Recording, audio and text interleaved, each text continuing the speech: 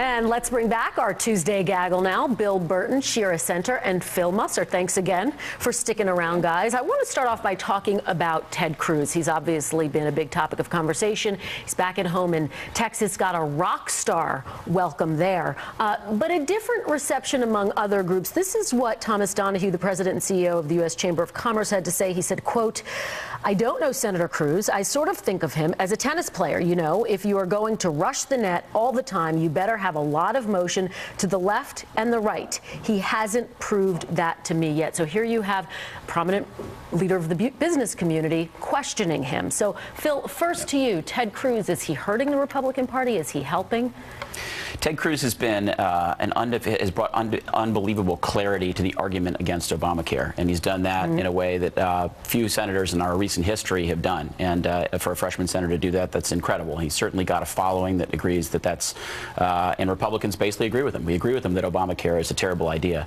That said, what we need to do now is we need to pivot to solutions, and I think that to some degree, Mr. Donahue gets to that, which is I think Senator Cruz would be advised to be offering solutions or ideas to improve or to offer legislative suggestions that would be positive ideas as opposed to just the negative, because I think the country looks at the Republican Party as the party of no in a lot of ways, and we've got to be the party of solutions and ideas, and so I think our entire caucus should focus on that. Shira, Senator Cruz led the effort to defund the president's health care law. A lot of people say he was responsible for the government shutdown, in large part at least, and we are seeing majority of Americans are blaming Republicans for the government shutdown. We're already seeing an impact in terms of the polling in the Virginia governor's race. So could this hurt Republicans in 2014? Does it basically mean that they won't have a chance of taking back the Senate?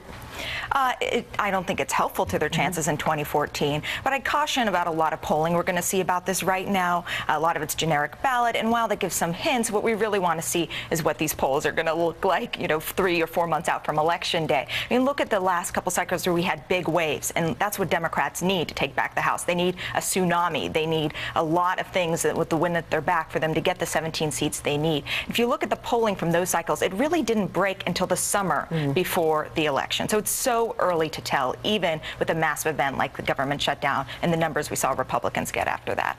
Bill, Senator Cruz, obviously some Democrats think he is a gift to the Democratic Party. At the same time, he's digging in his heels on this issue of the president's health care law. He's not ruling out a second government shutdown. Right. It's crazy. I mean, Ted Cruz represents a kind of repulsive brand of politics, because he's willing to do anything, even harm the country. That shutdown cost $24 billion. These politics have cost some 900,000 jobs, according to a report out from the Center for American Progress.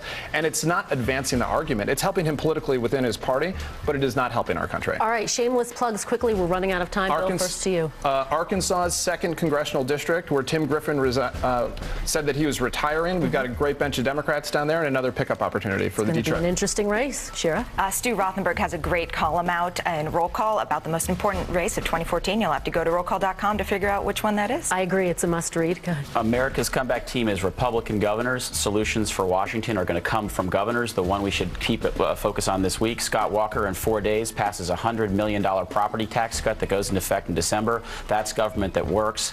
Governors are where the action is in the Republican Party, and we should take heed. All right, Bill, Shira, and Phil, thank you all so much for joining me this morning. I appreciate it. And that is it for this edition of the Daily Rundown. Chuck will be back tomorrow. He's taking a deep dive into how open primaries could close the door on extremism on Capitol Hill. But coming up next on MSNBC, Chris